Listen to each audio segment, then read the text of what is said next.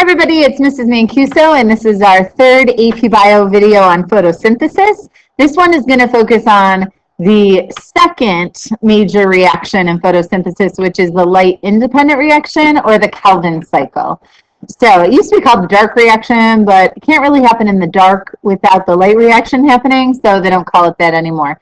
Instead, it's named after a scientist, Calvin, that worked on it. So this reaction is not going to happen in the grana. It doesn't happen with the membranes, doesn't happen with the lumen. Instead, it happens out in the liquid that surrounds the grana. That's called the stroma. And it's going to use the two of the three products of the light reaction. The light reaction made oxygen. That's just a byproduct. It made NADPH and it made ATP. So the Calvin cycle is going to use those molecules. The next thing it needs is carbon dioxide. You can't make sugar without having carbon coming in. So the carbon from carbon dioxide is going to be used to build C6H12O6. All right, so let's get into this cycle here.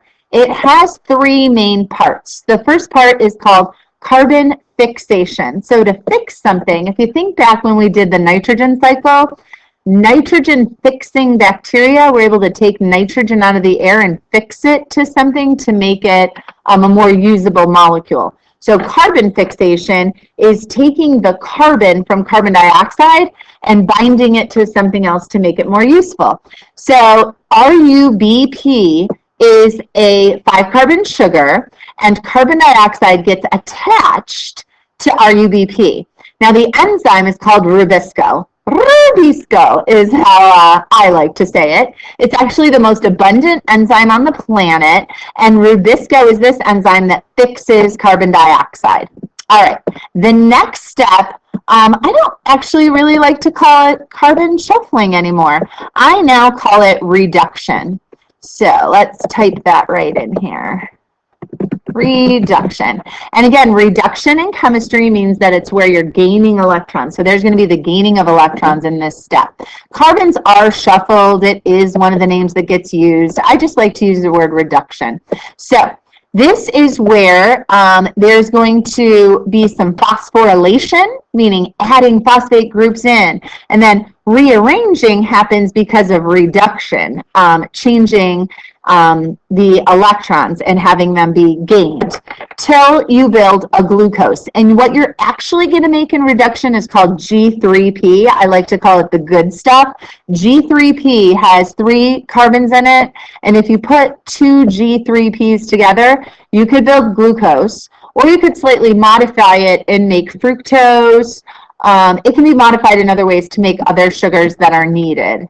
All right, and then the last step is called regeneration. And basically, this is a cycle, and if you don't make RUBP, you're never going to be able to do the cycle again. So RUBP generation is so you can make more RUBP, and the cycle could happen over and over and over again. All right, I'm going to go through the diagram. Again, I'm going to draw it first, then we'll look at a nice one. And, you know, I apologize in advance. My drawings aren't perfect, but if we start off here, okay, so I'm going to go like this and say, all right, here's my chloroplast. And in my chloroplast, I have grana. I have stacks of those membranes. But this Calvin cycle is going to happen out here in the stroma. So I've got carbon dioxide coming in, CO2.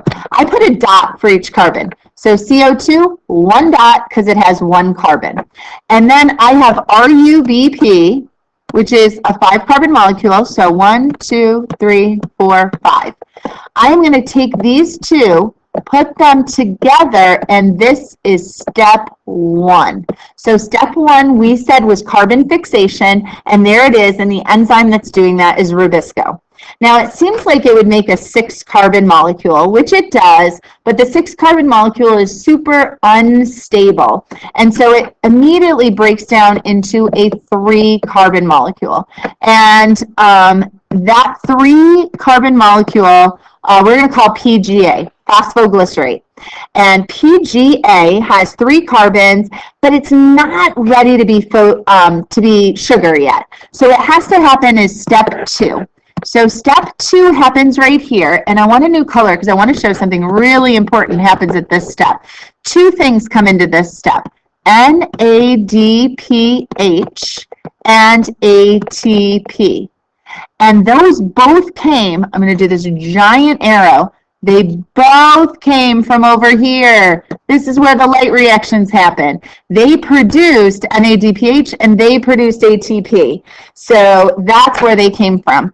The NADPH is going to lose H pluses to PGA, and it's going to lose electrons. So I'm just going to put here H plus and electrons are going to be used. That means I can send back my NADP plus, which the light reaction needs. And then ATP is going to use the energy. It's going to break the ADP and the phosphate apart, so it breaks off a phosphate group. So my ADP and my phosphate group can go back to the light reaction. So there's truly a cycle happening here. Now, the product.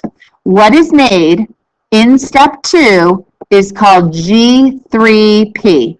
1, 2, 3 carbons. You take 2 of those together and you make glucose. Woohoo! For a plant, that is fantastic. For us, it's fantastic. That's what we eat. So we're relying on glucose made by autotrophs. This is how they make it.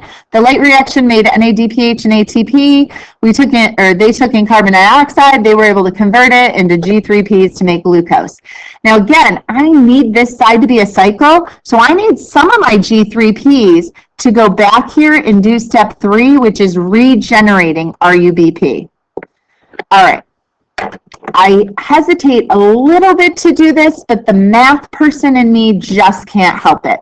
If I start off with 6 CO2s and 6 RUBPs, I would make 6 unstable 6-carbon sugars.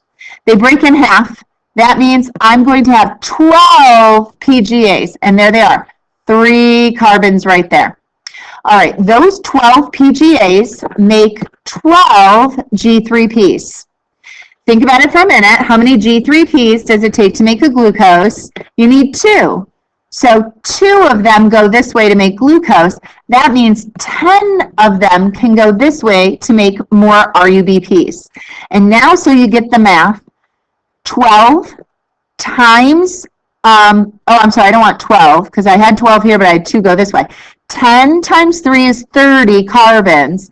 6 times 5 is 30 carbons. I've completely shown where every carbon has gone if I do show those numbers. All right, here's the nice picture that they did for you. Yes, it's all glorious and beautiful, but once you've drawn your own, then it's great to look at these diagrams and make sure it makes sense. So right here is our step 1. That's carbon fixation. Carbon dioxide is coming in through the stomates into the leaf and eventually into a chloroplast. This is all happening in the stroma. Here's RUBP, and RUBP is going to use Rubisco, the enzyme, and it is going to form a 12-carbon sugar. That quickly breaks into 2 of these phosphoglycerates. This is what I call PGA. All right, so that was step 1. Now, the next step, I need ATP and I need NADPH. These are both coming from the light reaction. They form, eventually, glyceraldehyde 3-phosphate. That's G3P. That's the good stuff, all right? That good stuff is used to make both glucose and make more RUBP. So this would be step 3, going up here to make more RUBP. This was my step 2 over here, using NADPH and using ATP to change PGA into G3P. All right, so again, I know that you're going to need some extra help with it, some diagrams. I do have another diagram. This one, I just used Smart Notebook and did some little circles to represent carbons. So here's my CO2. Here's my RUBP. These 2 come together. This is step 1, and this is my unstable molecule. So that right away breaks into PGA. And if I had 6 of these coming in and 6 of these coming in, I would make 6 of those. Those 6 break in half, so I now got 12 PGAs. All right, here's step 2.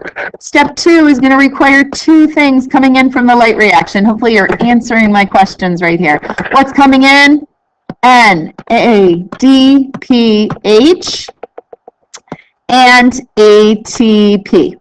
They are able to change these into G3P, and if I take two G3Ps, I can make it into glucose. So a G3P would be the 3 carbon molecule here. If I put 2 of them together, I make glucose. All right, I have 12 of these G3Ps. 2 are going to be used to make 1 glucose.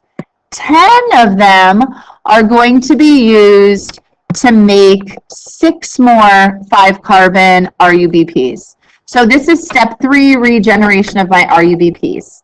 Now, everything has been maintained. I've gone through my 3 steps, and going back to the light reaction, my NADPH is going to use the H's and use the electrons. So NADP plus is going to go back. And then ATP, it's going to use the energy. So ADP and PI will go back. All right. Now my last is just an overall flow chart of photosynthesis. So at this point, these are like the very basic things that you should understand. Eventually, I'm expecting you to be practicing these until you can draw every diagram and explain every process. All right, we've got light coming into a chloroplast, and chlorophyll that are in the guana are capturing that light energy, and they're going to use some of that energy to split water. This is photolysis. Photolysis makes our oxygen product. So there's one of our products.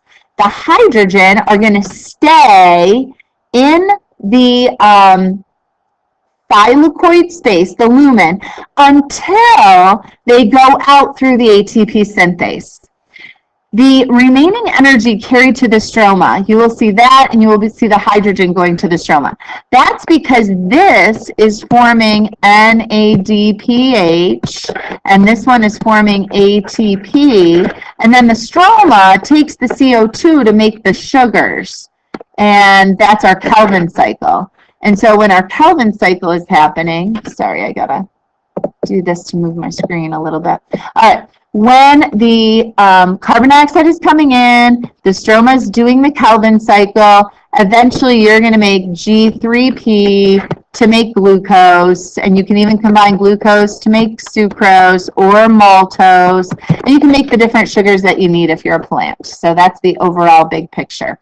So at this point, I want you to go back. I want you to go to your textbook. I want you to write additional Cornell notes right on that left side margin. Then I want you to go to Google. I want you to find some good diagrams. I want you to see if you can find blank diagrams that you have to fill in so that you force yourself to practice. And then I want you to make a concept map or a big overall diagram to really test yourself. Do you understand each step that is occurring? What are the inputs and outputs?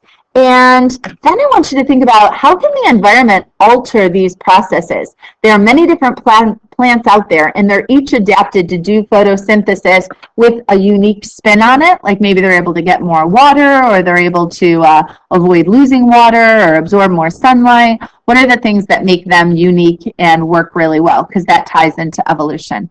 All right, thanks so much. Have a great day. Bye.